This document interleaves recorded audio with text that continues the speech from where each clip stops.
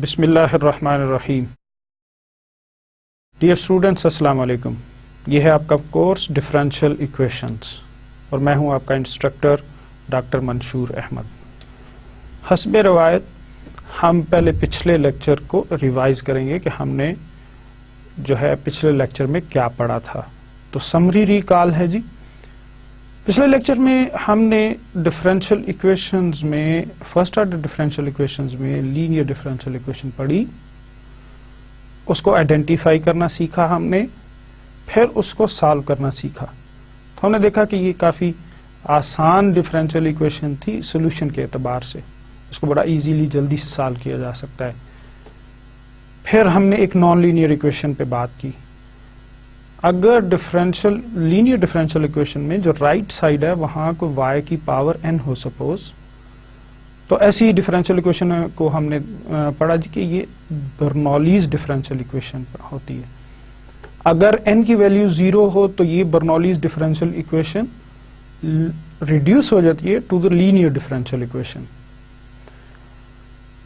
फिर हमने Bernoulli's differential equation के सोल्यूशन पे बात की। तो उसके लिए सबसे पहले हम ये करते थे कि राइट साइड पे y raise power n term आ रही है, उसको थ्रू द इक्वेशन डिवाइड करते हैं। डिवाइड करने के बाद हम एक सब्स्टिट्यूशन करते हैं और वो नॉर्मली क्या होती है, y पावर 1 माइनस n। इसको कोई नया वेरिएबल इंट्रोड्यूस करते हैं, डिपेंडेंट वेरिएबल, और जब ये सब्स्टिट्यूशन कर लेते हैं तो उसके बाद ये जो बर्नौलीज इक्वेशन होती है ये लीनियर बन जाती है। तो फिर हम लीनियर डिफरेंशियल इक्वेशन के बारे में पहले से जानते हैं कि उसको कैसे सॉल्व करते हैं, और हम फिर इस तरह बर्नौलीज इक्वेशन को भी सॉल्व करते हैं। मैंने लास्ट लेक्चर में बताया था कि ये आपकी जो different types of differential equations थी, फर्स्ट ऑर्डर डिफरेंशियल इक्वेशंस, उसमें ये आखिरी दो डिफरेंशियल इक्वेशंस हमने लास्ट लेक्चर में पढ़ी। तो मैं फिर से बता देता हूं कि हमने basically first order differential equations में सेपरेबल इक्वेशन पढ़ी, फिर हमने होमोजीनियस डिफरेंशियल इक्वेशन पढ़ी, फिर हमने एग्जैक्ट डिफरेंशियल इक्वेशन पढ़ी, एग्जैक्ट डिफरेंशियल इक्वेशन की कंडीशंस पढ़ी कि कैसे चेक करते हैं कि वो इक्वेशन एग्जैक्ट है, और फिर हमने जब इक्वेशन एग्जैक्ट नहीं होती तो उसको एग्जैक्ट कैसे बनाते हैं ये हमने पढ़ा। उसके बाद हमारे पास जो टाइप आई वो लीनियर की थी, फिर हमने आखिर में बर्नौलीज डिफरेंशियल इक्वेशन पढ़ी। तो आज का जो लेक्चर है इस लिहाज से बहुत अहम लेक्चर है कि इसमें अब हम फर्स्ट ऑर्डर डिफरेंशियल इक्वेशन की एप्लीकेशंस पढ़ेंगे डिफरेंट एरियाज ऑफ साइंस में। फॉर एग्जांपल, इसका तज़किरा पहले भी कर चुके हैं। हम जो एप्लीकेशंस पढ़ेंगे उसमें ग्रोथ और डिके प्रॉब्लम्स में कैसे first order differential equations apply होती हैं, और इसी तरह से हम न्यूटन्स कूलिंग लॉ पढ़ेंगे। फिर हम ऑर्थोगोनल ट्रैजेक्टरीज में इसकी एप्लीकेशंस को देखेंगे। तो ये मेजर 4 एप्लीकेशंस होंगी। आज का लेक्चर और इस अगला लेक्चर मैंने इन एप्लीकेशंस के लिए मखसूस किया है ताकि आपको इन एप्लीकेशंस के बारे में अच्छी तरह नॉलेज भी आ जाए, और फिर हम कैसे प्रॉब्लम फार्मूलेट करते हैं या उसकी मॉडलिंग कैसे होती है प्रॉब्लम की, ये चीजें अच्छी तरह से आपको समझ आ जाएं। तो इसके लिए 2 लेक्चर्स रखे गए हैं। तो आज के लेक्चर में हम बेसिकली ग्रोथ और डिके पे बात करेंगे। तो देखते हैं जी कि पहले सबसे क्या हमारे पास चीज है, applications of first order differential equations. सबसे पहले हम देखेंगे कि ये मैथमेटिकल मॉडल क्या होते हैं और इसको कैसे हम किसी जो रियल लाइफ प्रॉब्लम होती है उसको किन स्टेप्स से गुजर के हम एक मैथमेटिकल मॉडल में कन्वर्ट करते हैं।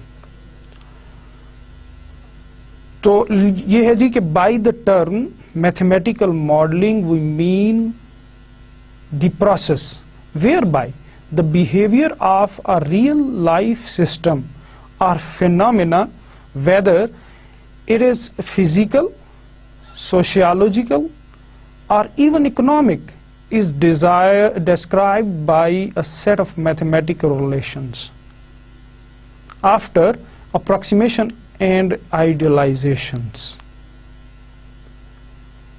तो बेसिकली हम क्या करते हैं कि किसी भी रियल लाइफ प्रॉब्लम को मैथमेटिकल प्रॉब्लम में कन्वर्ट करने के लिए हम कुछ जो है अप्रोक्सीमेशन या आइडियलाइजेशंस करते हैं। उसके बाद जो भी रियल लाइफ प्रॉब्लम है उसकी मदद से हम उन आइडियाज की मदद से या अप्रोक्सीमेशंस की मदद से हम उसको मैथमेटिकल मॉडल में कन्वर्ट कर लेते हैं। अब जो बेसिक चंद स्टेप्स हैं जिनके गो थ्रू हम जिनसे गुजर के हम जो है मैथमेटिकल मॉडल कंस्ट्रक्ट करते हैं for any real life problem, वो ये है। फॉर एग्जांपल स्टेप 1, तो we first of all we clearly state the assumptions on which the model will be based। देखिए कोई भी फिजिकल फिनोमेना है वो किसी खास उसका खास बिहेवियर होगा, वो कोई खास चीज को फॉलो कर रहा होगा। हम वो क्लियरली पहले आइडेंटिफाई करते हैं और देखते हैं कि वो किस थीम के तहत वो जो भी बिहेवियर है या उसका क्या बिहेवियर है, किस थीम के तहत वो चल रही है चीज, फिजिकल फिनोमेना कैसे वर्क कर रहा है, उसी के तहत जो उसके पीछे थीम होता है उसकी अजम्पशन बनाते हैं जी, और क्लियर होती है वो assumption. These assumptions should describe the relationship among the quantities to be studied. फिर हमें ये भी देखना होता है कि उसके अंदर कौन सी क्वांटिटीज इन्वॉल्व हैं, और फिर उन क्वांटिटीज पे वो हम assumptions लगा के तो मैथमेटिकल मॉडल की तरफ बढ़ रहे होते हैं। Okay, then complete step 2। पहले स्टेप में क्या हुआ कि हम assumption जिसके तहत वो फिनोमेना हो रहा है उसको अज्यूम करते हैं, वो क्या बेसिक assumption है, क्या बेसिक थीम है जिसके तहत फिनोमेना वर्क कर रहा है या वो फिजिकल प्रोसेस जो है वो रन कर रहा है। उसके बाद हम क्या करते हैं, उन ऐसी assumptions लेते हैं या उन assumption को इस तरह डिस्क्राइब करते हैं कि जो भी क्वांटिटीज उसके अंदर इन्वॉल्व हैं जिनको हम स्टडी करना चाह रहे हैं उनका आपस में रिलेशन बिल्कुल एक्यूरेट हो। फिर स्टेप 2 में हम कहते हैं completely describe the parameters and variables to be used in the model.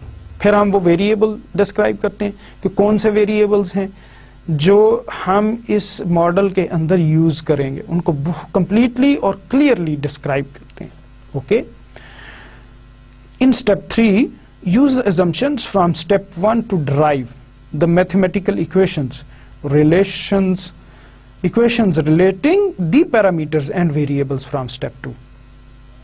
कि क्या करते हैं फिर कि हम उन assumptions को जो पहले स्टेप में ली उनकी मदद से हम एक मैथमेटिकल इक्वेशन ड्राइव करते हैं जो इन वेरिएबल्स को जो इसमें इन्वॉल्व होते हैं आपस में रिलेट कर देती है। अब याद रहे कि नॉर्मली ये जो नोट नीचे लिखा है रेड में, the mathematical models for physical phenomena often lead to a differential equation और a set of differential equations. तो नॉर्मली क्या होता है जी, जो फिजिकल, ये पहले भी जब हमने स्टार्ट ऑफ लेक्चर ये कोर्स स्टार्ट किया था तो यही बात बताई थी कि नॉर्मली क्या होता है, जो फिजिकल फिनोमेना होते हैं उसके जब हम मैथमेटिकल मॉडल बनाते हैं तो हमें क्या मिलता है, डिफरेंशियल इक्वेशन और set of differential equations. Okay, तो ये चंद बातें थी बेसिक जिनके तहत हम कोई मैथमेटिकल मॉडल कंस्ट्रक्ट करते हैं। अब हमारे पास जो पहला प्रोसेस है जिसको हम स्टडी करने जा रहे हैं, ये बायोलॉजी में ज्यादातर इस्तेमाल होता है,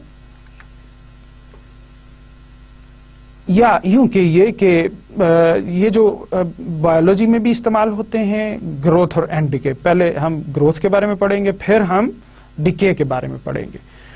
तो बायोलॉजी में कैसे इस्तेमाल होता है, बैक्टीरिया पॉपुलेशन है वो ग्रो करते हैं। इसी तरह डीके का प्रोसेस जो है रेडियो एक्टिव एलिमेंट्स में होता है कि एक रेडियो एक्टिव एलिमेंट जो है वो डिसइंटीग्रेट होता है। इसकी तफसील हम बाद में पढ़ते जाएंगे। तो पहले हम देखते हैं जी कि ये जो ग्रोथ और डिके का प्रोसेस है इसके लिए बेसिकली असम्पशन क्या है और इक्वेशन कौन सी है जो इस फिनोमेना को गवर्न करती है। ऐसी इक्वेशंस को governing equation for any real system और फॉर एनी फिनोमेना कहते हैं। तो देखते हैं, ये जो इनिशियल वैल्यू प्रॉब्लम आपके सामने लिखी है the initial value problem, this one क्या है जी, dx by dt is equal to kx, x t naught is equal to x naught. ये इनिशियल वैल्यू प्रॉब्लम बहुत सारे फिजिकल प्रॉब्लम्स में अपीयर होती है, पर्टिकुलरली ये ग्रोथ और डिके में अपीयर होती है जी। याद रखिए यहां अगर ये x जो है, this is the quantity, any quantity at any time t, and this is the rate of change of this quantity. okay, rate of change की जब भी बात करते हैं तो change of इसका मतलब यह है कि change of x with respect to time. okay, this is the initial condition कि initially उस process में क्या value t naught जो है ना, that is initial time, and x naught is the initial value of the quantity whatsoever. It could be a bacteria product population, a community population, it can be present value of some substance and this and that. okay, तो हम कह रहे हैं जी कि t naught initial time होगा और x naught जो है वो initial time पे क्वांटिटी की वैल्यू ही है, present value of any quantity है। ओके, ये जो ग्रोथ और डिके के मॉडल्स होते हैं ना, इसमें जो बेसिक अजम्पशन है या बेसिक जो अजम्पशन है, जो पहला स्टेप हमने लिखा था ना, वो ये है जी, what is that, the rate of change. जब ये कहते हैं ना rate of change, it means it's change with respect to time, the change of any quantity with respect to time. तो लिखा है जी, the rate of change of the population is proportional to the existing population. यहां population का लफ्ज इसलिए use किया कि हम एक्चुअली जो पहला ग्रोथ का प्रोसेस होगा उसमें ना बैक्टीरिया की बैक्टीरिया की ग्रोथ के बारे में पढ़ेंगे। तो हम यहाँ पॉपुलेशन से मुराद उस बैक्टीरिया की पॉपुलेशन, तादाद बैक्टीरिया की बात। तो ये कहता है जी कि जो फॉर एग्जांपल एक अगर फिजिकल फिनोमेना ले लें को बैक्टीरिया का ही, तो जो rate of change of population of bacteria होगी वो प्रोपोर्शनल होती है जो एग्जिस्टिंग प्रेजेंट वैल्यू होती है। जाहिर है कि जो प्रेजेंट वैल्यू है आफ्टर सम टाइम वो चेंज होके वो बढ़ जाएगी, तो वो प्रोपोर्शनल होती है किसके, प्रेजेंट वैल्यू के। जैसे यहां अगर देखें तो ये x जो है ये वो क्वांटिटी है या पॉपुलेशन है, ये पॉपुलेशन को रिप्रेजेंट कर रही है, और x नॉट जो है प्रेजेंट वैल्यू को रिप्रेजेंट कर रही है, t नॉट इनिशियल टाइम को रिप्रेजेंट कर रहा है। तो अब यहां एक और चीज हम करने जा रहे हैं, if we know the population at some arbitrary time that we can take t is equal to 0, we use the solution of the above initial value problem to predict the population or number of bacteria at any time t greater than 0। यहां जो initial time होगा ना, वहां हमने लिखा t naught, लेकिन normally हम वो क्या लेंगे, t is equal to 0। initial time क्या लिया करेंगे, t is equal to 0। तो ये कहता है जी कि ये जो इनिशियल वैल्यू प्रॉब्लम हमने स्टार्ट में कंसीडर की, जिसके बारे में हम कह रहे हैं कि ये बहुत सी फिजिकल सिचुएशंस में अपीयर होती है, पर्टिकुलरली ग्रोथ और डिके में अपीयर होती है, तो ये जो first order initial value problem है ये यूज की जा सकती है to predict the population of bacteria at subsequent time at later time, at any time t। अगर हमें क्या हो, इनिशियल टाइम जिसे हम t 0 लिया करेंगे उस पे वैल्यू पता हो। ओके, अब हम इसी बात को आगे बढ़ाते हैं, देखते हैं इस इनिशियल वैल्यू प्रॉब्लम का सॉल्यूशन कैसे होता है। देखिए, अगर मैं ये कहूं कि x जो है वो क्या है, पॉपुलेशन ऑफ बैक्टीरिया है एट एनी टाइम t, और x नॉट जो है at any time t is equal to 0, rather t is equal to at time t is equal to 0 उसकी इनिशियल पॉपुलेशन है। यानी जब हमने उस बैक्टीरिया प्रोसेस को ऑब्जर्व करना शुरू किया तो स्टार्ट ऑफ द प्रोसेस पे जो पॉपुलेशन ऑफ बैक्टीरिया है और द नंबर ऑफ बैक्टीरिया जो है इन दैट फिनोमेना और in that process is x not. Okay, मैं इस वक्त आपके सामने ना ये जो इनिशियल है, अब एक तो मैंने यहाँ एक थोड़ी सी हमने चेंज की कि वहां हमने पहले लिखा है, आपके पास जो इनिशियल वैल्यू प्रॉब्लम लिखी गई है उसमें टी की जगह यानी टी नॉट है जो इनिशियल कंडीशन है ना उस पे, तो लेकिन हम यहाँ टी नॉट की जगह 0 लिया करेंगे और 0 ही को हम एज इनिशियल टाइम लेंगे और एक्स नॉट हमारी इनिशियल वैल्यू है of the population of bacteria. Okay, अब ये मैं करने जा रहा हूं कि ये जो इनिशियल वैल्यू प्रॉब्लम है इसका हम सॉल्यूशन फाइंड करते हैं। एक दफा ये सॉल्यूशन फाइंड कर लेंगे तो चूंकि जितने हम बाद में प्रॉब्लम करेंगे तो आप देखिएगा, नोट कीजिएगा कि वो प्रॉब्लम जो हैं वो सारे के सारे इसी शक्ल के हैं, यानी उनकी गवर्निंग इक्वेशन यही है, लिहाजा हम वहां डायरेक्ट सॉल्यूशन लिख दिया करेंगे बजाय इसके कि हम बार बार उसको सॉल्व करें। तो इसलिए यहां आपके सामने पहले ये जर्नल फॉर्मेट में सॉल्यूशन इसका लिख रहे हैं जी। ओके, तो देखें आप अगर इस डिफरेंशियल इक्वेशन को देखें तो ये है dx by D t is equal to k x, तो क्लियरली ये सेपरेबल इक्वेशन है। तो मैं इसे लिखता हूं जी dx by x and this is equal to k times t, integrate कर दीजिए। सेपरेबल के बाद यही करते हैं ना, dx by x this is equal to integral k times t d t, sorry ये dt है, रादर t नहीं है, ये t नहीं है तो dt। ओके, तो हम देखते हैं जी कि अगर इसका इंटीग्रल लें तो क्या होगा, log of x this is equal to k times t plus some arbitrary constant c.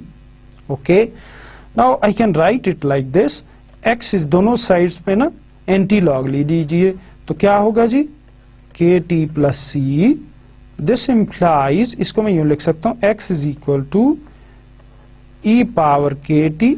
इस तरह का काम हमने पहले भी किया है डिफरेंशियल इक्वेशंस के सॉल्यूशन में, तो इसको मैं यूं लिख सकता हूं।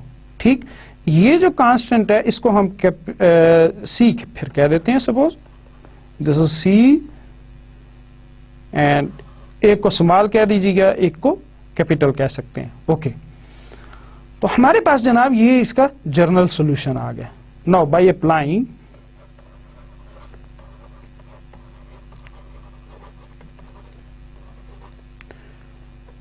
The initial condition, initial condition जब आप अप्लाई करेंगे तो क्या है जी इनिशियल कंडीशन, ये हमारे पास इनिशियल के कि x की वैल्यू x नॉट होती है जब t की वैल्यू 0 है, तो इनिशियल कंडीशन अप्लाई करें जी। ओके, अब हम अप्लाई करते हैं तो इसमें x की जगह क्या रखेंगे, x नॉट, और c e t की जगह 0, so this implies c is equal to x naught. इसका मतलब है हमारा जो पर्टिकुलर सॉल्यूशन है which satisfy this given initial condition ये है। तो ये जनाब हमारा जर्नल सॉल्यूशन है, पर्टिकुलर सॉल्यूशन है का। तो हम या ये इक्वेशन यूज किया करेंगे या ये equation according to the situation, और मैं डायरेक्ट यूज कर लिया करूंगा क्योंकि सब जो प्रोसेस आ रहे हैं उन सब में जो है वो हमारे पास जो गवर्निंग इक्वेशन है वो सेम है, which is actually dx by D t is equal to k x. अच्छा, यहाँ एक और बात मैं यहाँ बता दूं कि सिचुएशन के एतबार से हम वो नोटेशन में चेंज कर सकते हैं। कहीं फॉर एग्जांपल हम नंबर ऑफ पॉपुलेशन अगर देखें तो p से भी रिप्रेजेंट कर सकते हैं बजाय इसके कि हम उसे x से रिप्रेजेंट करें। इसी तरह हम बाज़ औक़ात ये a नोटेशन भी अमाउंट ऑफ सब्सटेंस के लिए यूज करेंगे, ये डिके के प्रोसेस में खास तौर पे यूज होगी। तो इस वक्त मैं आपके लिए पहला प्रॉब्लम सॉल्व कर रहा हूं जो ग्रोथ के हवाले से है। ओके जनाब, ये प्रॉब्लम 1 है। मैं पहले प्रॉब्लम आपके लिए पढ़ता हूं, उसके बाद हम इसको सॉल्व करेंगे। ये जनरल नोयत की प्रॉब्लम है, इसी के ये आपकी एक्सरसाइज है 3.1, उससे प्रॉब्लम मैं सॉल्व कर रहा हूं। इसी के साथ एक और प्रॉब्लम है जो इस पे इसी से रिलेटेड है, वो आपने खुद सॉल्व करनी है। ओके, तो प्रॉब्लम ये है जी, the population of a community is known to increase at a rate proportional to the number of people present at time t. अब एक्चुअली इसने स्टेटमेंट के शुरू में, प्रॉब्लम की स्टेटमेंट के शुरू में वो बेसिक अजम्पशन बयान कर दी है। कौन सी बेसिक अजम्पशन? जो ग्रोथ के लिए हम यूज करते हैं। Okay, if an initial population P not has doubled in 5 years, how long will it take to triple and to quadruple? यानी ये कहता है जी आप बताएं कि अगर इनिशियल पॉपुलेशन पी नॉट हो, वो डबल हो गई है किसमें? 5 सालों में, तो आप कहते हैं कि कहते हैं कितना टाइम लगेगा उसको ट्रिपल होने में, फिर इसे 4 टाइम्स होने में। तो हम कहते हैं जी, जैसे उसने कहा, हम कहते हैं जनाब कि late P be the population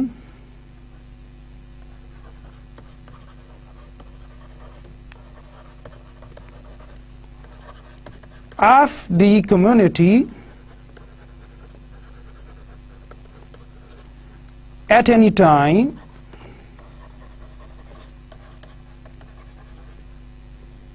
t, then the governing equation of this growth process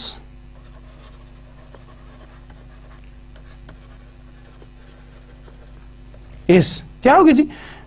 dp by dt is equal to k times p। हमने p को पॉपुलेशन कह दिया एट एनी टाइम t, और फिर अब ये उसकी सब्जेक्ट टू, इस पे इनिशियल कंडीशंस क्या होंगी, ये बहुत केयरफुली कहा।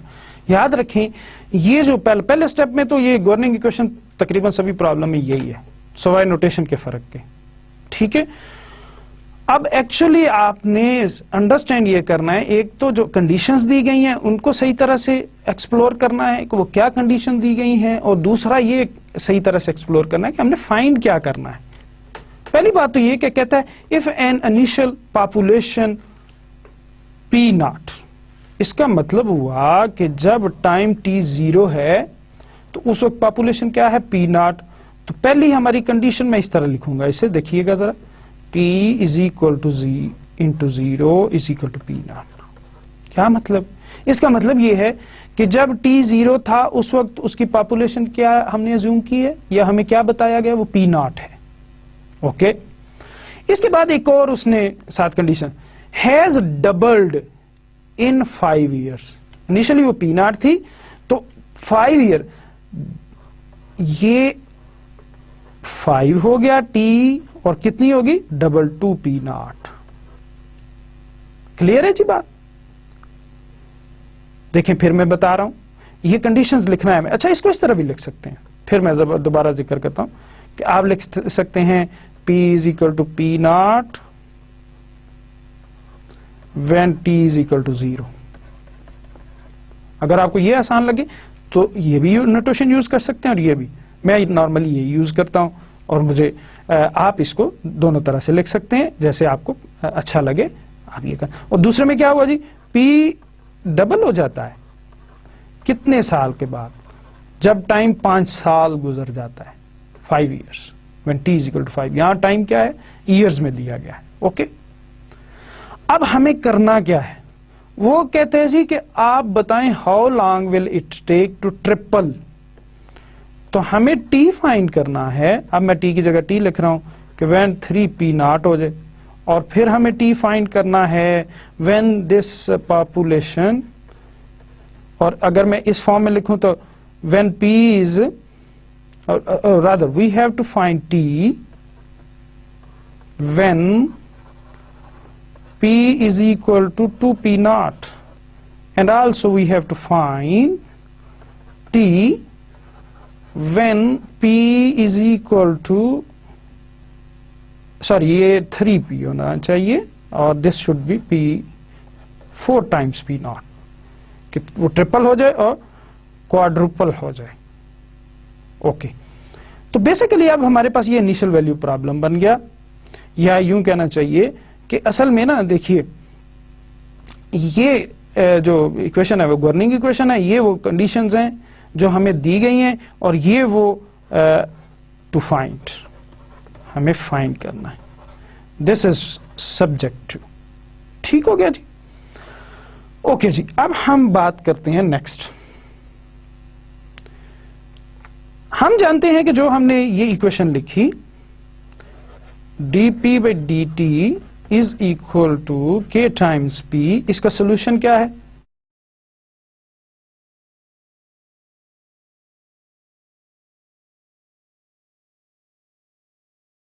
y इज सॉरी, ये it should be p is equal to क्या होना चाहिए? c e raise to power k times t। ये अभी हमने फाइंड किया था, वहां x था तो मैंने x लिखा था, अब यहां p है तो p is equal to c into k time. अब हम क्या करते हैं जी कि हमें ये c और ये k फाइंड करना है। जब मैं c और k फाइंड कर लूंगा तो क्या होगा, मेरे पास p की वो वैल्यू आएगी जो किसी टाइम t पे गिवन होगी। ठीक, अब वो t हम फिर उसकी मदद से फाइंड कर सकते हैं कि वो p जब 3p0 हो तो इस तरह कैसे करते हैं। तो पहले हम पहली कंडीशन अप्लाई करते हैं, to determine values of c and k। तो पहली कंडीशन क्या थी? p0 is equal to p0। तो जब मैं यहां पुट करता हूं, p की जगह p0 रख दीजिए, c e k इंटू 0, तो so you will get c is equal to p0। इसका मतलब है आपका सोल्यूशन ये बन गया, p is equal to c की बजाय अब क्या आ गया जी? p0 e रेज टू पर kt। ओके, अब मुझे k डिटरमिन करना है। तो to determine k, again to determine k,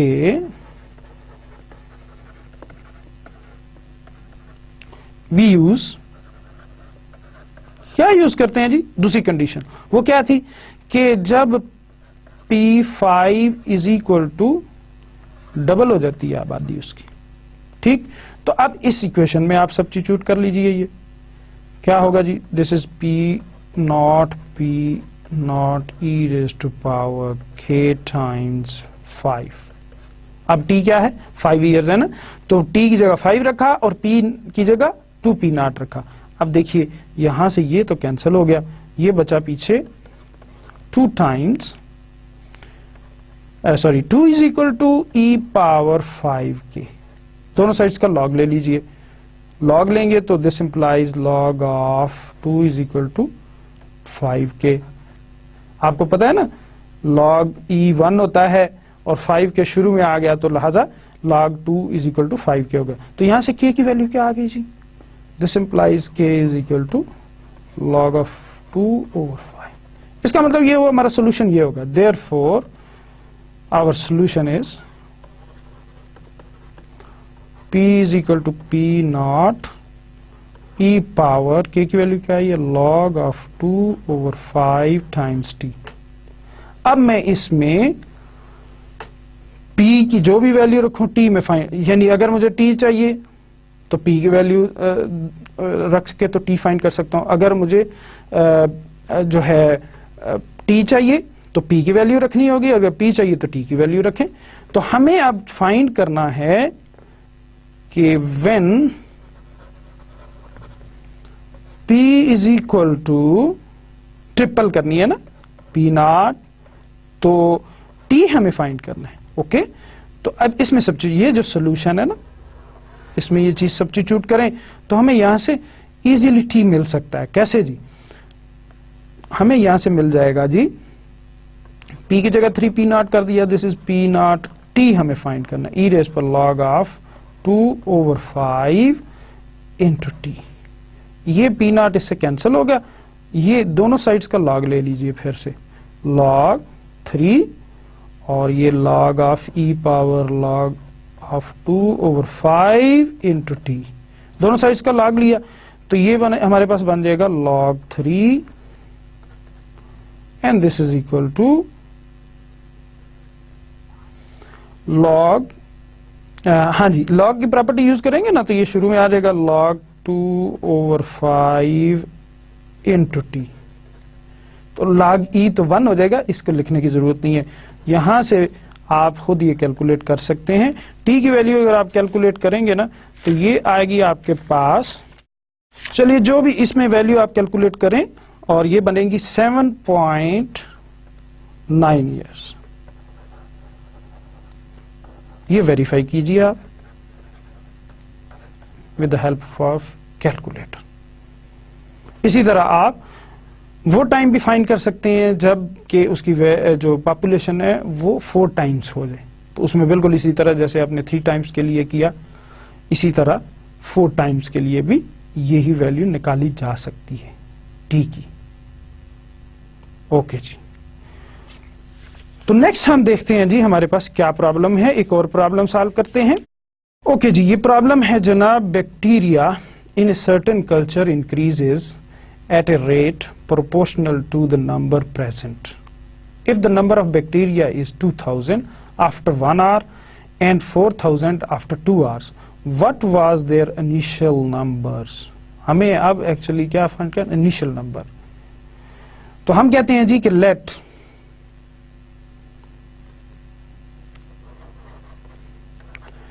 x be the number of bacteria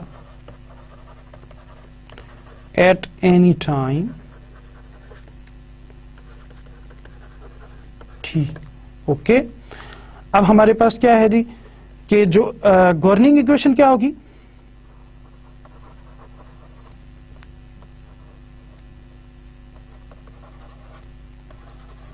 for the growth process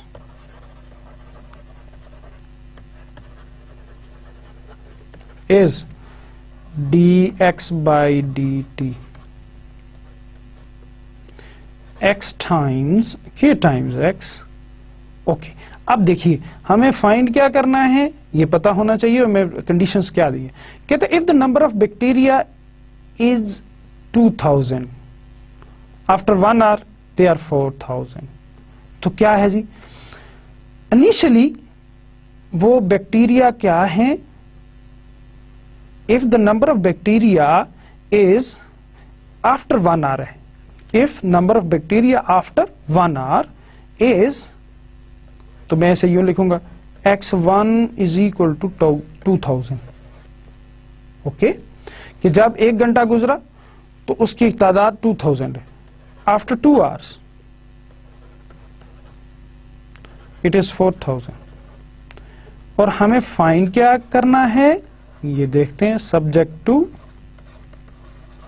ये हमारे पास सब्जेक्ट टू हो गया। और फाइंड क्या करना है जी,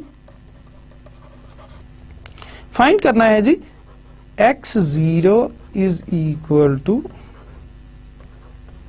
ये हमें फाइंड करना है x0 क्या है, कि जब इनिशियली उसकी वैल्यू क्या है हम वो x0 एज्यूम करते हैं। ओके, आपको उम्मीद है कि मैंने कैसे इनिशियल कंडीशंस ये कंडीशंस कंस्ट्रक्ट की आपको समझ आई होगी। बहुत इजी है, मैं एक दफा फिर आपके लिए इसको रिपीट कर देता हूं। एक सर्टेन बैक्टीरिया है, उसने फिर वो जो प्रॉब्लम जो स्टेट किया ना, उसमें वो जो अजम्पशन है उसको स्टेट कर दिया। अब वो कहता है if the number of bacteria is 2000 after 1 hour, कि स्टार्ट हुआ है प्रोसेस, 1 घंटे के बाद उसकी तादाद बैक्टीरिया की 2000 हो गई है। तो इसको हमने इस तरह स्टेट किया कंडीशन के साथ। और आफ्टर 2 आवर्स वो क्या बन गई तादाद 2, तो हमने लिखा जी यहां टाइम की जगह 2 लिख दिया, और उस वक्त तादाद कितनी है 4000। तो ठीक है जी, हमने फाइंड क्या करना है कि इनिशियली उनकी तादाद क्या है। ओके, अब हम देखते हैं जनाब कि सोल्यूशन ऑफ, इसे 1 कह लीजिए, 1 क्या होगा जी, y सॉरी ये y जो है ना ये बहुत गुस्साता है जी, चूंकि y नॉर्मली डिपेंडेंट वेरिएबल होता है। तो x is equal to c e power k times t, यही था ना जनरल सोल्यूशन। ओके, अब हम इन कंडीशन देखें, हमारे पास फिर वो 2 अननोन है जो हमें डिटरमिन करने हैं, 1 is c and second 1 is the k, and we have 2 conditions. Therefore, there is no problem to determine these values of C and K because we have two conditions. Okay. तो जब हम इसको substitute करते हैं तो from first condition x1 is equal to 2000 implies 2000 C e power kt. Okay. फिर दूसरी condition क्या है, x2 4000 is equal to 4000. This implies x की जगह आप क्या रखेंगे 4000 and this is equal to ce times 2kt. Sorry t नहीं अब होगा, यहां भी t नहीं होगा, t की जगह क्या आ चुका 1 आ चुका और यहां t की जगह क्या आ चुका 2 आ चुका, लिहाजा ये भी नहीं होगा. ठीक, तो मैं इसे दोबारा जरा लिख देता हूं आपकी आसानी के लिए. क्या होगा जी, ये हो गया c e power k, this is equal to 2000 and c e power 2k, this is equal to 4000. जब हम यहां इनको सॉल्व करेंगे तो देखें दोनों को अगर मैं डिवाइड कर लूं ना तो क्या होगा, बड़ी आसानी से मुझे एक वैल्यू मिल जाएगी. तो डिवाइड करते हैं. देखें ये लिख रहा हूं मैं जी c e power 2k is equal to 4000 divided by, याद रखें जब दो इक्वेशंस डिवाइड होती है ना, मैं क्या यहां कर रहा हूं, तो इक्वेशंस को डिवाइड कर रहा हूं, तो लेफ्ट साइड से डिवाइड होती है, राइट साइड से डिवाइड होती है. तो c लेफ्ट साइड में इधर क्या है e power k and this is divided by 2000, this gives you c से कैंसिल हो जाएगा जी और ये एक के ऊपर चल के e रेस्ट पर k हो जाएगा and this would be equal to, ये कैंसिल एंड दिस इज 2. दोनों साइड्स का लॉग ले लीजिए, log k is equal to log 2 and this is k is equal to log e is equal to log 2 and this is gives you log 2. तो k की value क्या आ गई हमारे पास log 2. log 2 k हो गया. ओके. अब c कैसे आ सकता है, तो as c is equal to C E के किसी एक इक्वेशन में पुट कर दीजिए ना, ये आसान है, छोटी इक्वेशन मैंने इसमें पुट कर लेता हूं. तो क्या होगा जी, सी ई पावर के की वैल्यू रखिए log 2, this is equal to 2000. अब log और e आपस में कैंसिल हो गए तो बाकी क्या बचा हमारे पास 2c and this is equal to 2000. तो c इज इक्वल टू क्या हो गया हमारे पास 1000. ओके. तो इसका मतलब ये हुआ कि हमारे पास जो सोल्यूशन k भी आ गया c भी आ गया, तो सोल्यूशन हमारा क्या हुआ, x is equal to c की जगह 1000 आ गया जी और e पावर k की जगह आएगा log 2 इंटू t. तो हमें फाइंड क्या करना है, अब सोल्यूशन आ चुका. जो हमें दो कंडीशंस दी गई थी उसकी मदद से हमने c और k को डिटरमिन कर लिया, c और k की वैल्यू सब्स्टिट्यूट की, तो ये हमारे पास सोल्यूशन आ चुका. ओके. अब इस सोल्यूशन की मदद से हम अगर x फाइंड करना चाहते हैं एट एनी टाइम t तो हम फाइंड कर सकते हैं एंड वाइस वर्सा, कि अगर हमें x दिया हो तो हम टाइम भी फाइंड कर सकते हैं. ओके. अब हमें चाहिए x as we have to find, क्या फाइंड करना है जी, x at t is equal to 0. Initially value क्या है. ठीक, तो हमें जी x तो फाइंड करना है, लिहाजा x को ऐसे ही रखिए 1000 e पावर log 2 और टाइम हमारे पास क्या है 0, सो दिस इज 1000. तो इनिशियली इसका मतलब ये हुआ कि x हमारे पास आ गया 1000, so therefore there were 1000 bacteria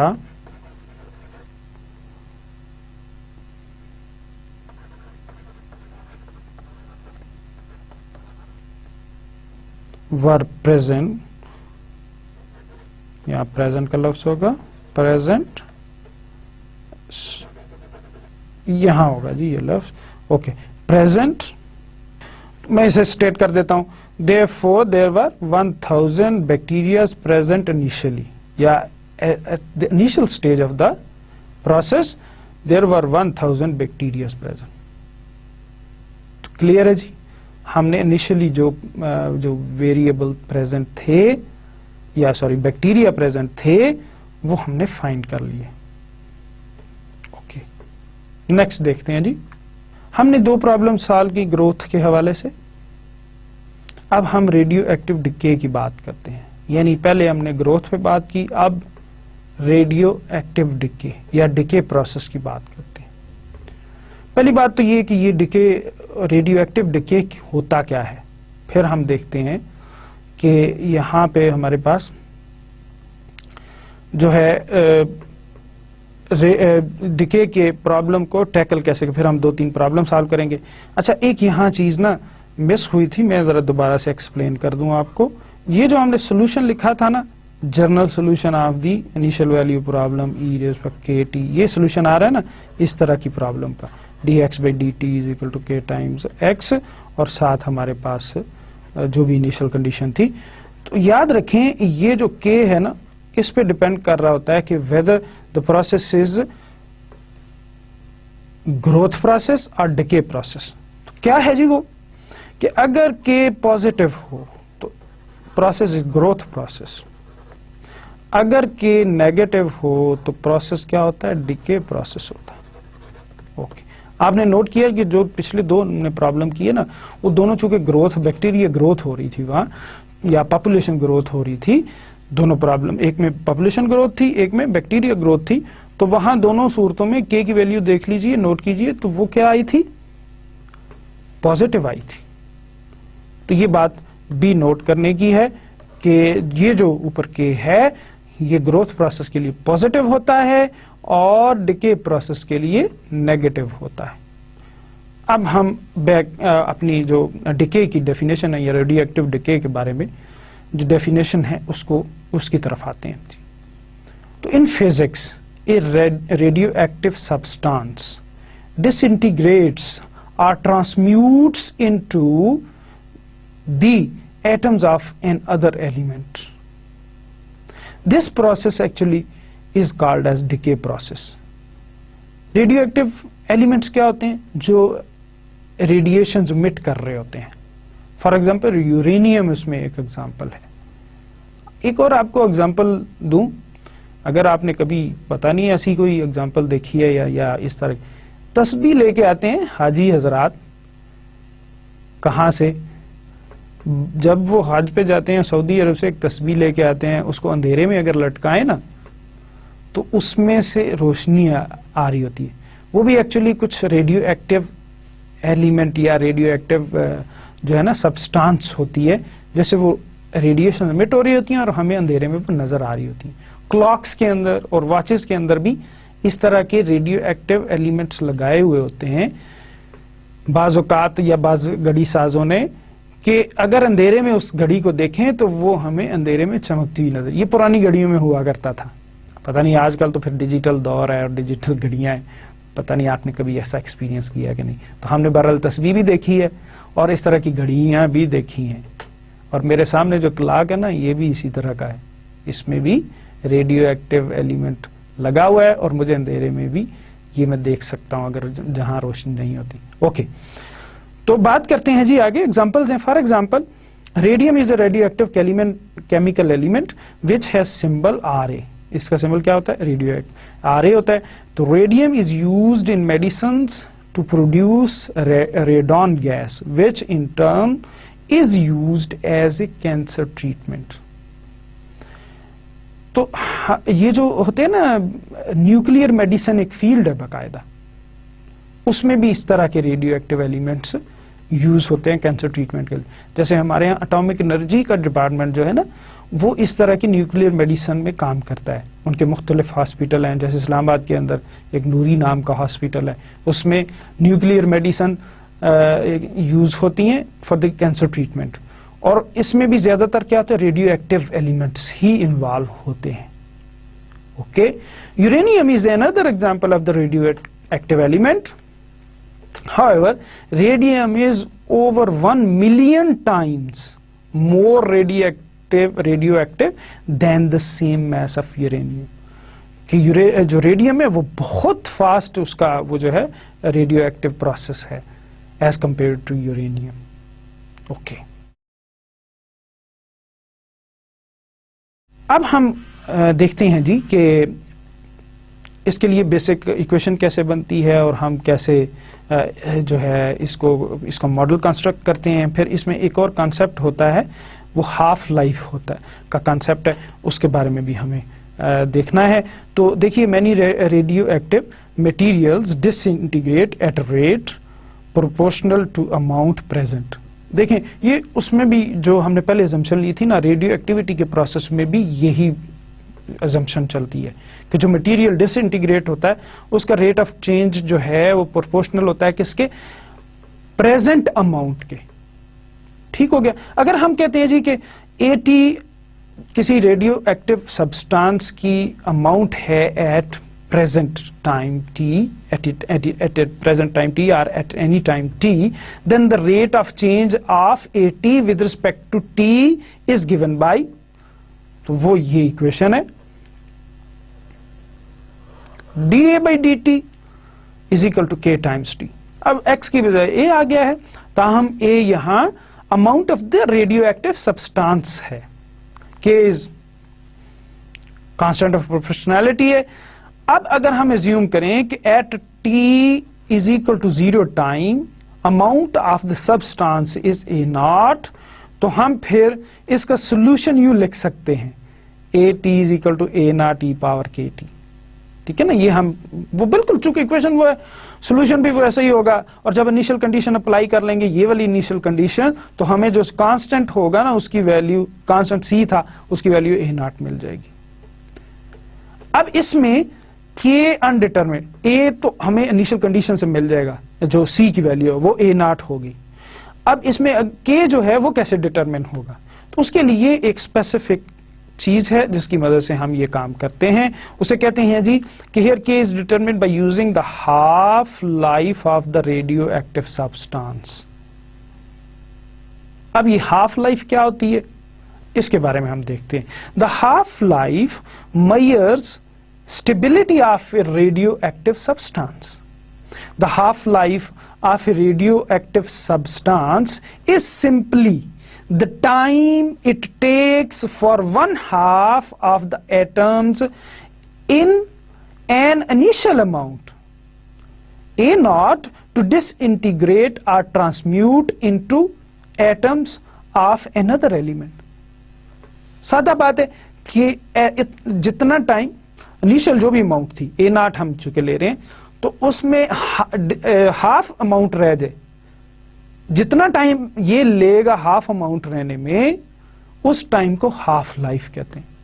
पूरा डिसइंटीग्रेट होगा तो पूरी उसका पूरा लाइफ टाइम होगा ना, तो आधा ही डिसइंटीग्रेट, यानी अब इसका मतलब आधा जो है और वो जब किसी और एटम में ट्रांसम्यूट हो जाएगा, तो इसका मतलब है कि जितना टाइम उसको आधा ट्रांसम्यूट होने में लगा वो क्या कहलाएगा, half life.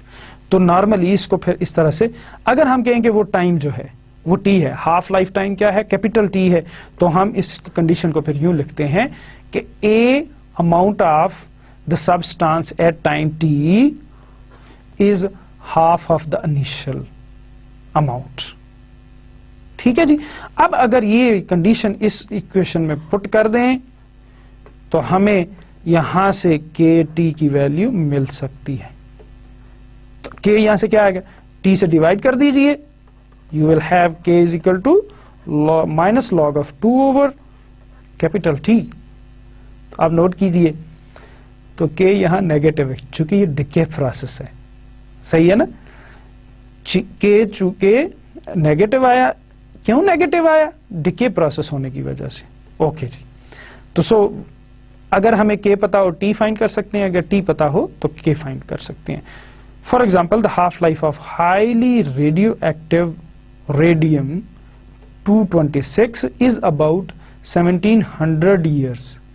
In 1700 years, one half of a given quantity of radium 226 is transmuted into radon Rn2222, ठीक है जी। तो इसमें हमने क्या कर लिया जी कि एक तो रेडियो एक्टिव डिके के लिए जो इक्वेशन है वो हमने गोया के गवर्निंग इक्वेशन बना ली, और उसके बाद हमने उसको सॉल्व भी कर लिया। उसको सॉल्व करने के लिए एक तो इनिशियल कंडीशन थी कि at time t is equal to 0, हमने कहा जी कि उसकी जो इनिशियल अमाउंट है वो A0 है। उसके बाद हमने कहा जी कि उसकी हाफ लाइफ जो है उसको एक्सप्लोर किया, और उसको यूज करते हुए फिर हमने k की वैल्यू डिटरमिन की। ओके, तो नेक्स्ट हमारे पास प्रॉब्लम है जी जो कि डिके के हवाले से है। तो पहले मैं प्रॉब्लम को स्टेट कर देता हूं आसानी के लिए। Radium decomposes at a rate proportional to the quantity of the radium present. If 100 milligram reduces to 90 milligram in 20 years, how many milligrams will remain at the end of 1000 years? How long will it take for 1/2 of the original amount to decompose? तो initially हमें एक 100 milligram का radium दे दिया गया है, वो 20 years में disintegrate हो जाता है 90 मिलीग्राम में, यानी तकरीबन 10 मिलीग्राम 20 इयर्स में डिसइंटीग्रेट हो जाता है। ओके, वो कहता है कि आप बताएं कि 1000 इयर्स के बाद कितना रह जाएगा, और इसी तरह हम देखते हैं कि जी वो कहता है उसकी हाफ लाइफ भी बताएं कि क्या होगी। ठीक है जी, तो इसके लिए हम देखते हैं कि प्रॉब्लम कैसे सॉल्व करना है। सबसे पहले तो गवर्निंग इक्वेशन क्या होगी, हम कहते हैं जी let A be the amount of radium at any time T, then governing equation क्या होगी जी, मैं इसे एब्रीविएट कर रहा हूं जी, गवर्निंग इक्वेशन। तो governing equation would be D A by D T, this is equal to K times A. Okay, subject to हमें क्या कंडीशंस गिवन है जी, इनिशियली वो 100 ग्राम थी, इनिशियली कितनी थी 100 ग्राम। इसका मतलब ये हुआ कि जब T A is equal to 0, this is equal to 100, and actually this is the initial amount, and after 20 years, अब जब टाइम 20 हो जाए तो उस वक्त कितना रह गया जी, 90 mg रह गया। ठीक है, ओके, दो कंडीशंस आ गई जी। अब हमें फाइंड क्या करना है, to find we have to find जब टाइम 1000 हो तो अमाउंट ऑफ सब्सटेंस कितना रह गया, और जब हमें टी फाइंड करना है जब अमाउंट हाफ रह जाए। हाफ मीन्स अब यहां 50 ग्राम होगा, क्योंकि यहां इनिशियली वैल्यू दे दी गई है, वो कोई कांस्टेंट या वो नहीं है। ठीक होगी जी बात। अब इसका मतलब ये हुआ कि सोल्यूशन ऑफ दिस इक्वेशन हम जानते हैं क्या होता है जी। चलें इसी तरफ कर लेते हैं, थोड़ा सा यहां पे काम कर लें। सोल्यूशन क्या है होगा जी, सोल्यूशन ऑफ, इसे 1 कह लेते हैं, ये y जरूर गुस्साता है जी, a is equal to c times e power k e k T. ठीक हो गया जी, e पावर के टी। अब पहली कंडीशन जब अप्लाई करें तो क्या होता है जी, हमारे पास ये होता है 100, ठीक है, और इनिशियल कंडीशन अप्लाई, और ये जी c e टाइम्स t क्या है जी, 0 पहली कंडीशन में, तो दिस इंप्लाइज c इज 100। इसका मतलब है हमारे पास अभी सोल्यूशन ने ये शक्ल इख्तियार कर ली, हमने c को डिटरमिन कर लिया है। ठीक है जी, अब हम क्या करते हैं, दूसरी कंडीशन अप्लाई करते हैं, ये वाली दूसरी जब कंडीशन अप्लाई करेंगे तो इसमें क्या होता है जी, हमारे पास है 90 ग्राम और ये है 100 और ई टी। हमें अब इस कंडीशन की मदद से क्या डिटरमिन करना है जी, बिल्कुल ठीक, हमें डिटरमिन करना है के। तो टी अब 20 है, 20 के। ओके, यहां से ये कैंसल और ये आ गया हमारे पास 9/10, this is equal to e power 20 के।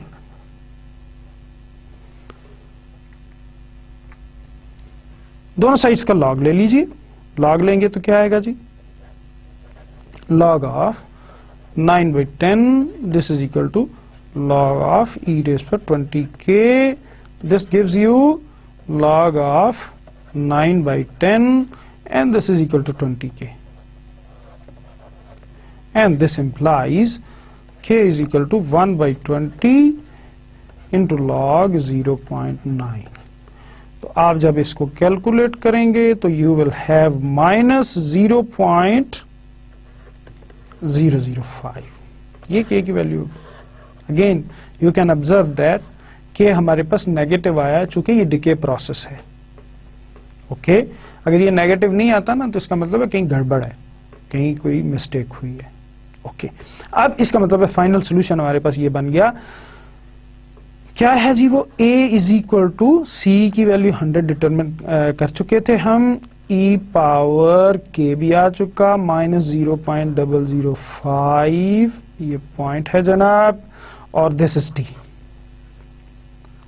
ओके, अब क्या करेंगे जी, a 100 e पावर। ओके, अब हमें क्या चाहिए कि जब टाइम व्हेन t इज 1000, उसने क्या है बताएं कि 1000 ईयर्स के बाद उसकी कितनी अमाउंट बाकी रह जाएगी।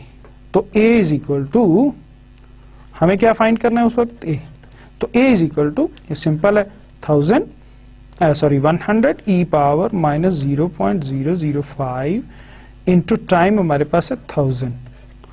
तो इसको जब आप सॉल्व करेंगे तो यू विल गेट, आपके पास आएगा जी 0.67 मिलीग्राम, यानी 1000 साल के बाद इतने मिलीग्राम वापस रह जाएंगे। ओके, अब जनाब हम करते हैं जी हाफ लाइफ उसकी कितनी है। हाफ लाइफ के लिए क्या है जी, for half life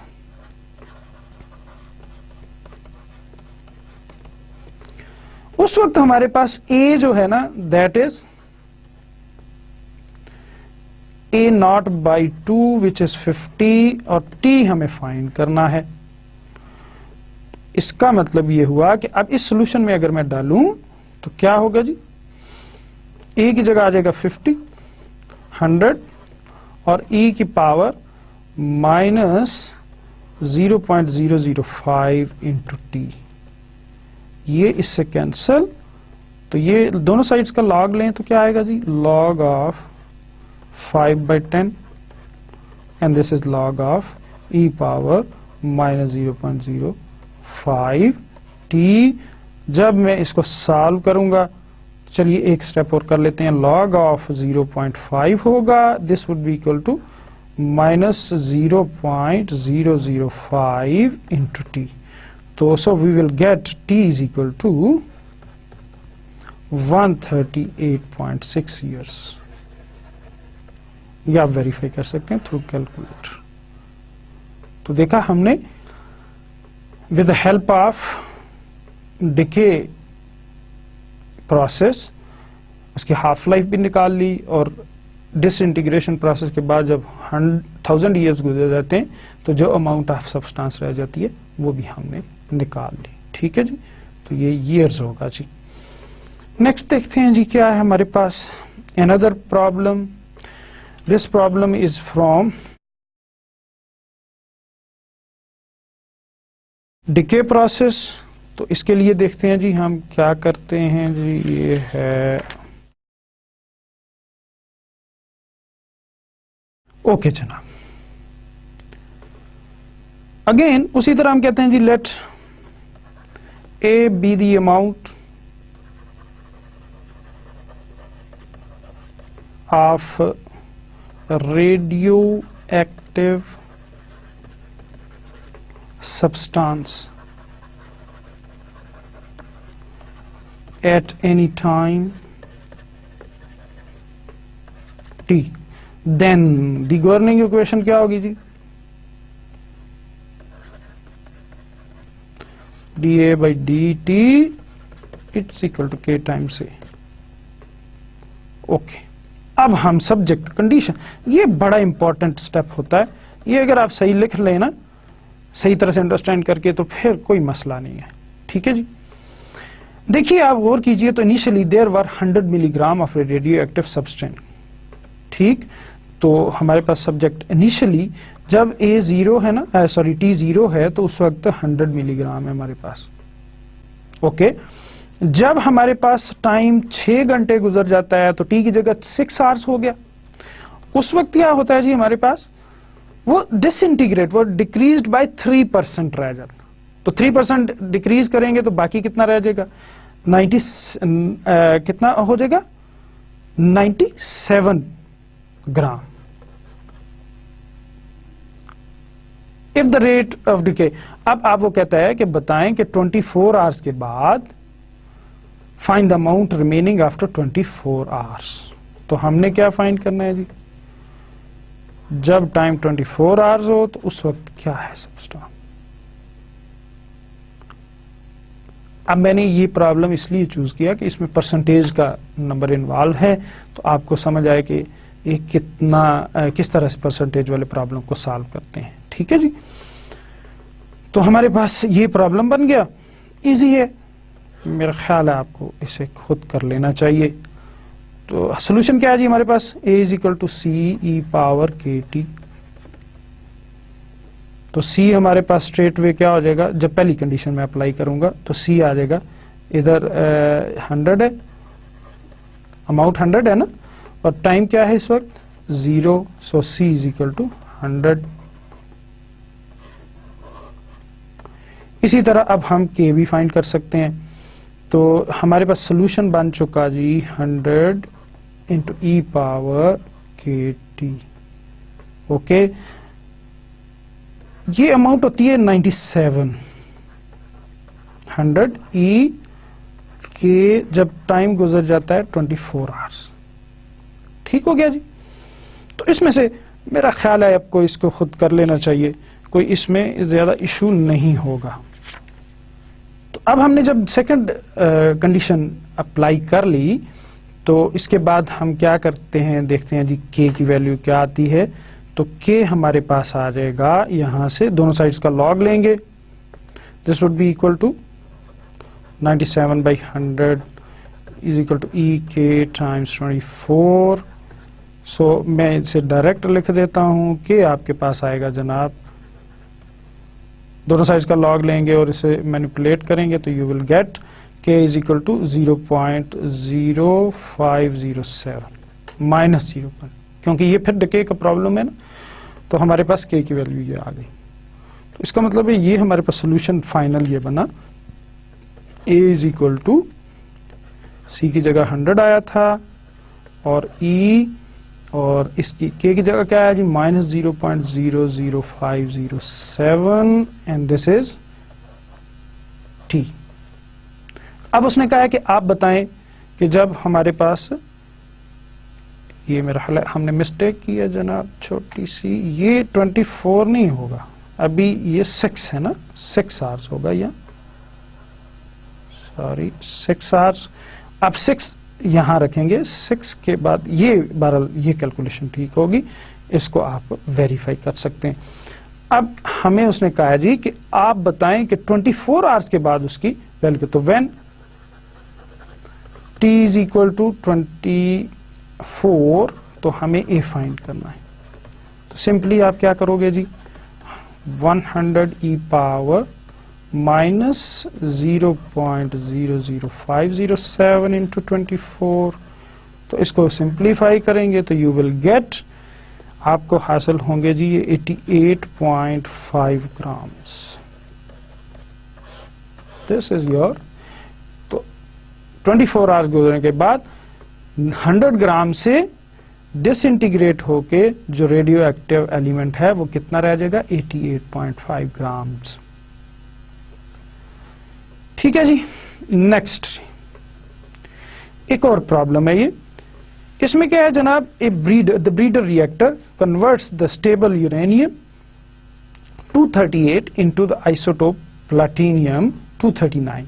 After 15 years, it is determined that 0.043% of the initial amount of the platinum has disintegrated. Find the half-life of this isotope. तो मैं अब वो फॉर्मल चीजें लिखने की बजाय डायरेक्ट लिख रहा हूं। हमारे पास ये होगी जी equation, governing equation, subject to conditions क्या होंगी। इनिशियली आप देखें यहां इस प्रॉब्लम में इनिशियल की अमाउंट नहीं बताई गई, तो लिहाजा जब इस तरह की अमाउंट नहीं होती ना तो हम जस्ट क्या करते हैं ए नॉट ले लेते हैं। तो यूं लिखेंगे इनिशियल अमाउंट हम एज्यूम करेंगे ए नॉट, कि जब टी 0 है तब अमाउंट ऑफ द सब्सटेंस या यूरेनियम जो है वो क्या है ए नॉट। ओके, इसके बाद वो कहता है कि आफ्टर 15 ईयर, जब टाइम टी 15 हो जाता है तो ये डिसइंटीग्रेट होता है कितना 0.043% of the initial amount.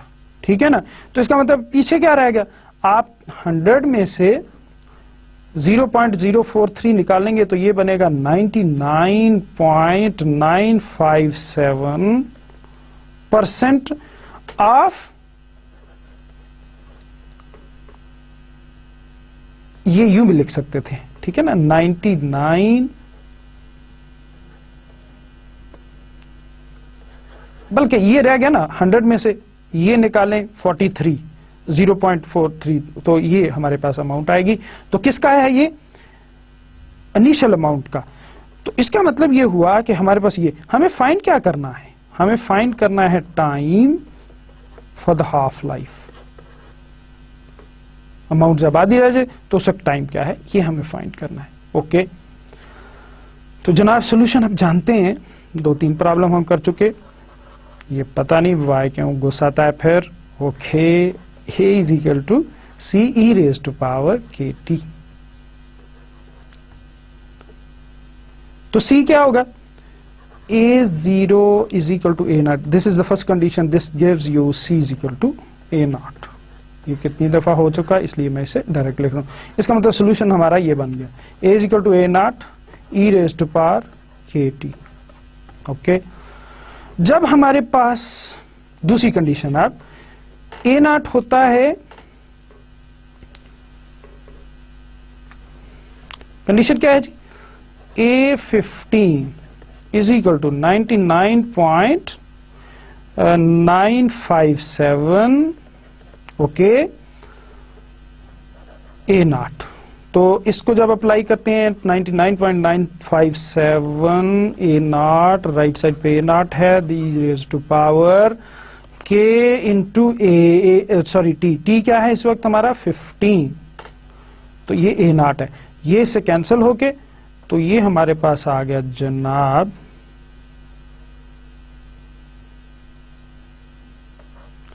log of 99,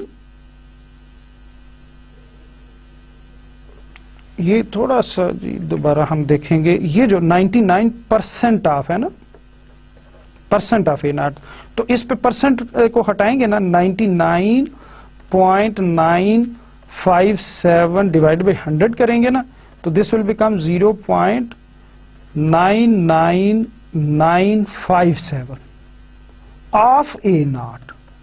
ठीक है ना, ये थोड़ी सी एक्सप्लेनेशन थी कि उसने कहा जी आफ्टर 15 ईयर्स ये 99.957% ऑफ A0 है, तो इसका मतलब है 99.957, चूंकि इसमें से ये परसेंट कम हो गया ना, 100% में से आप 0.043% निकालेंगे तो बाकी ये रह जाएगा। ठीक, अब इसका परसेंटेज यानी निकालेंगे तो क्या होगा, 100 से डिवाइड कर देते होते हैं, जब 100 से डिवाइड करें तो ये पॉइंट जो है ना, ये पॉइंट इधर मूव हो के तो यहाँ ये बन जाएगा 0.99957। अच्छा A0, अब यहां पे जो है ना 0.99, ये पॉइंट नहीं होगा इधर, 0.99957 A nought is equal to A nought, तो यहां से ये कैंसिल होके तो लॉग ऑफ दोनों साइड्स का आप लॉग ले लें।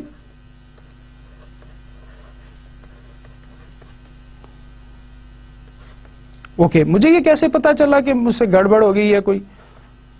देखें, असल में याद रखिएगा जो लॉग लेते हैं ना, उसमें लॉग ऑफ द जो डेसिमल नंबर्स होते हैं वो हमेशा नेगेटिव होता है। तो मैं जब यहां देख रहा था, मैंने पहले लिखा था सिर्फ वो परसेंटेज के साथ ना 99 पॉइंट, ये भी जो जैसे ये लिखा हुआ, it should be also be like this. तो ये तो पॉइंट में नहीं है ना, तो यहां से मुझे पता चला कि ये जो लिखा गया ना, ये सही नहीं लिखा गया, बल्कि इसकी परसेंटेज को खत्म करके तो इसको पॉइंट फॉर्म में लिखना चाहिए, फिर ये सही होगा। ओके, तो अब जब इसको हम सॉल्व करेंगे ना, तो k की वैल्यू जनाब आ जाएगी आपके पास -0.00।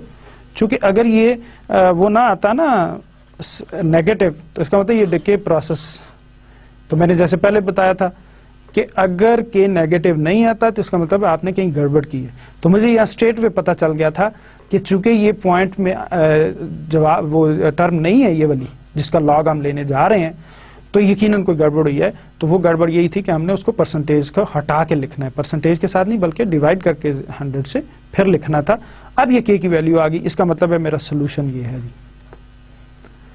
हाँ जी, c की वैल्यू A नॉट थी ना, e पावर k की वैल्यू क्या आ गई -0.4 टाइम्स 0 2867 इनटू t। अब हाफ लाइफ निकालनी है, तो I want to find t when a is equal to A nought by 2। तो इसमें पुट कीजिए A nought by 2 is equal to A nought e power ये k की वैल्यू -0.00002867 इंटू t। तो जब आप इसे सॉल्व करेंगे तो you will get 20 t is equal to 24,180 years.